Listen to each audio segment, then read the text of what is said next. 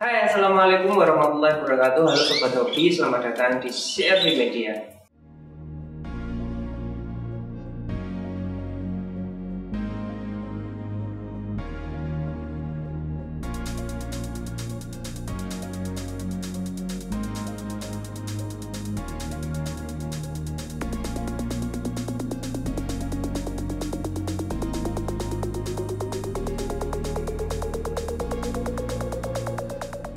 Halo, assalamualaikum Sobat Hobi Nusantara, selamat datang di CFD Media. Apa kabar kalian? Baik-baik loh. Semoga kalian selalu sehat dan ternakannya lancar. Khusus konten ini aku jawab 3 pertanyaan dulu. Untuk yang pertanyaan belum kejawab, saya lanjutkan ke konten berikutnya. Soalnya kalau tak jawab terlalu banyak nanti nggak spesifik, malah bingung kalian nyari konten saya. Nah, yang pertama, kemarin ada yang nanya masalah apa Mas? Yang kemarin ada yang nanya dari Mas siapa? Mas Junet Red. Masalah beli pejantan YS tahun 2020, tapi jantannya itu YS-nya ring tahun 2019. Kenapa kok nggak ngerek-ngerek? Jadi gini Mas, makanya kemarin waktu saya bikin konten yang pertama, tips pencarian materi untuk beternak, dan apa yang harus disiapkan pertama, orientasinya harus tepat. Orientasinya apa? Kalau orientasinya dengan buat ternak, nyari yang siap, jangan nyari bahan. Nah, kalau yang siap itu apa? Siap untuk kawin atau hanya untuk siap gacoran aja buat dibunyi-bunyi di rumah? Ya kalau sampean mau ternak ya cari yang siap kawin. Nah sekarang gini, jenengan kemarin seandainya beli, anggap aja yang belum siap kawin itu bahan entah itu burung yang boxnya itu box 2019 ataupun 2020 sudah pernah kawin atau belum, kan jenengan nggak tahu. Jadi gini, kalau materi itu udah gacor dan ngawin, jenengan pasti akan gampang makanya di rumah, itu akan gampang aplikasinya untuk kawinan. Tapi kalau sampean beli bahan, sampean butuh proses. Nah prosesnya ini sampean yang harus sabar. Nggak bisa, Mas pejantan saya beli tahun segini kok nggak ngerek-ngerek. Kalau jenengan tanya gitu, saya hanya bisa ngasih solusi sebatas, Mas cara ngerawatnya seperti ini dan pakai vitaminnya seperti ini. Kalau seandainya ngedrop nanti pakai obatnya seperti ini. Saya hanya bisa ngasih solusi sebatas itu. Tapi karakter burung yang sampean rawat saya nggak tahu. Jadi kita nggak bisa, Mas solusinya ini gimana biar gacor. Kalau saya nggak tahu karakter burungnya, warnanya apa, jenisnya kayak gimana, bulunya tipis atau tebal, saya nggak bisa ngasih jawaban secara spesifik. Saya hanya bisa, kalau mau burung itu cepet rajin satu. Kalau jenengan itu telaten, harus wajib mandi jemur lah. Burung nanti jenengan cara ngerawatnya cuma di dalam rumah di kerakap, nggak pernah dijemur, cuma gacor, dia nggak kencang-kencang. Pakannya gimana? Pakannya standar, nggak ditinggiin, nggak direndahin, ya nanti nggak kencang-kencang. Nah kita harus tahu itu, harus tahu karakter burungnya maunya kayak gimana. Nah kalau YS biasanya kayak gitu. Intinya sabar dan laten adalah kunci Mas ya, kalau mau burung itu bisa segera untuk jadi pejantan atau segera ngerek. Masalah pakan, kalau memang dia belum ngerek, dikencengin aja pakannya, kayak pakai pakan kayak Prestige, Vitakraft, atau pakan-pakan yang sudah pakai ramu-ramuan, itu juga udah banyak. Intinya apa? Intinya burung biar kenceng, yang jelas jangan terlalu kenceng, karena kalau sampean merusak fasenya dia bisa mabuk. Kan kemarin sudah saya jelasin juga, burung itu ada fasenya, termasuk YS. Kalau fasenya rusak, otomatis dia akan mundur. Seharusnya dia udah pas masa kawin, tapi dia belum dikawin nih, dia akhirnya kontrak, entah itu nyulam, entah itu dia nggak jadi ngawin, entah pennya kempes lagi, bisa aja. Nah ada juga kayak gini, YS itu sebenarnya dia sudah waktunya kawin tapi pennya nggak nyentol-nyentol, dikawinin aja, nyari betina yang gampang jengking, gampang ngedir. Nanti begitu dikawinin biasanya pennya langsung jentol. Saya beberapa kali kejadian kayak gitu, ini udah gacor tapi kok belum ngerek-ngerek. Akhirnya saya campur sama betina yang gampang ngiwir, begitu dia numpang akhirnya betinanya dia gampang ngerek. Itulah salah satunya. Jadi kita harus nyari celah burung itu maunya kayak gimana. Nah, jadi kalau sampean tanya sebatas solusi ya saya hanya bisa kasih pakan yang tinggi, IF yang cukup, mandi jemur yang teratur, dan vitaminnya cukup. Kalau secara spesifik, wah burungnya sampean harus ini nggak bisa karena saya nggak tahu karakteristik burung sampean.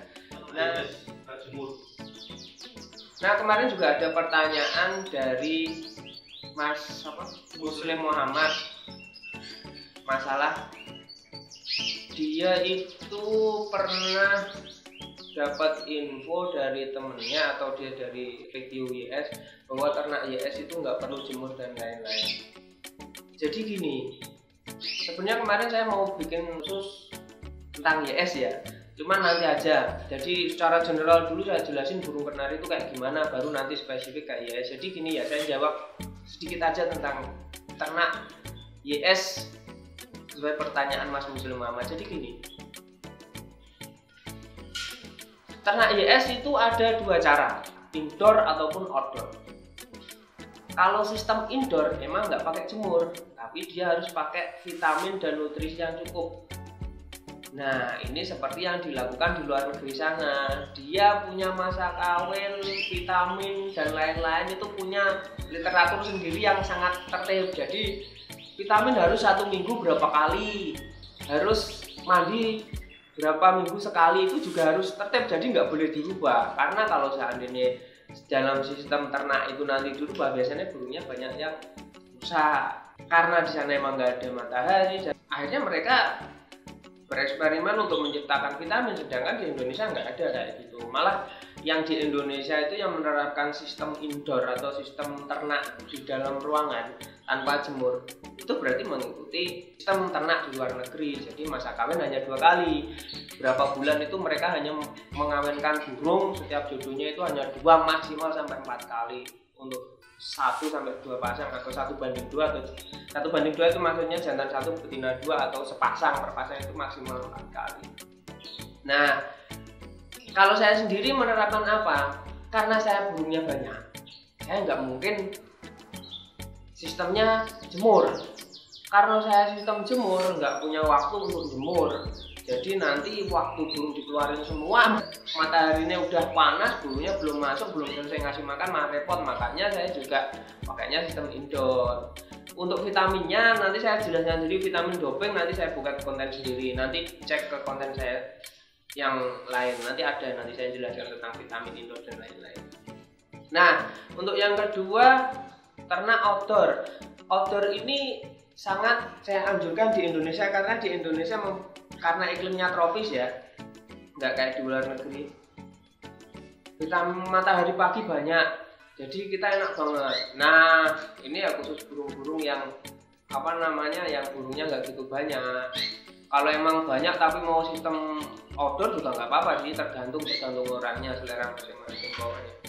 Jadi tetap dua-duanya itu memiliki kelebihan dan kekurangan masing-masing. Jadi kalau sistem outdoor itu burungnya lebih seger emang, karena dia kena cahaya matahari terus, dan dia lebih bisa diforsir untuk kawinan.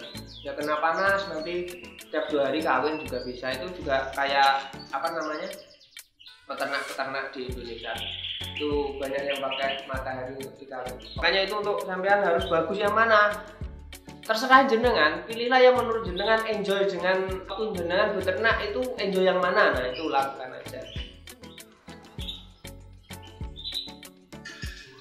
Nah pertanyaan selanjutnya dari Mas Arifin Syah tentang burung yang mau makan CD atau makan IF tapi nggak mau makan biji-bijian. Kemarin tak tanya diagnosanya kenapa, nggak tahu, dia nggak jawab, cuma jawab sudah saya terapin seperti yang Mas bilang tapi tetap aja nggak berefek. Yang pertama gini ya, pertama kita melakukan pengobatan kita harus tahu diagnosanya yang betul.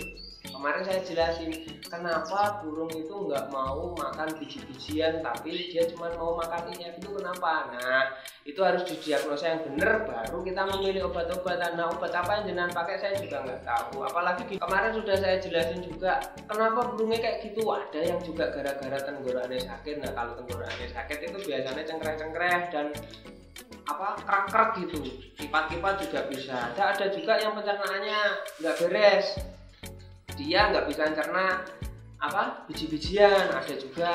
Nah itu jenengan harus belajar diagnosa dulu yang benar burungnya itu kenapa, detailnya dia sakitnya gimana, kotorannya gimana, bulunya ngembang itu kurus enggak. Nah itu harus diagnosanya lebih tepat. Kalau emang dia kurus, kasih anti kurus, yang penting dia mau makan dulu. Kalau dia emang nggak mau makan biji-bijian, dikasih doping dulu. Kasih doping, nanti doping konten sendiri, nanti saya vitamin dan lain-lain itu dilihat di situ. Nanti saya dopingnya juga bikin, ngasih lihat dopingnya kayak apa. Terus kalau serak tapi nggak mau makan biji-bijian juga bisa. Banyak kendala masalah burung nggak mau makan biji-bijian itu.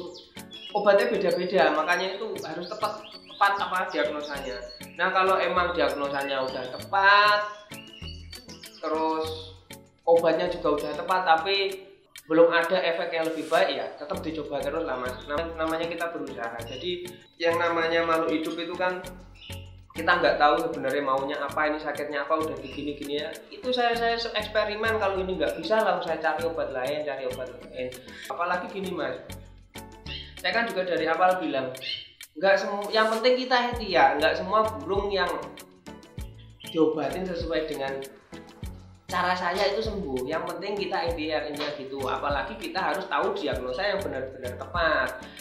Ingat ya, ini saya jawab sesuai pengalaman saya, bukan berdasarkan penelitian atau secara ilmiah. Karena ya saya cuma perawat burung, bukan dokter hewan. Jadi saya cuma berbagi pengalaman aja, intinya gitu. Oke, sementara gitu dulu. Wassalamualaikum warahmatullahi wabarakatuh. Sampai jumpa di konten berikutnya. Oke, semangat terus. Assalamualaikum warahmatullahi wabarakatuh. Bye.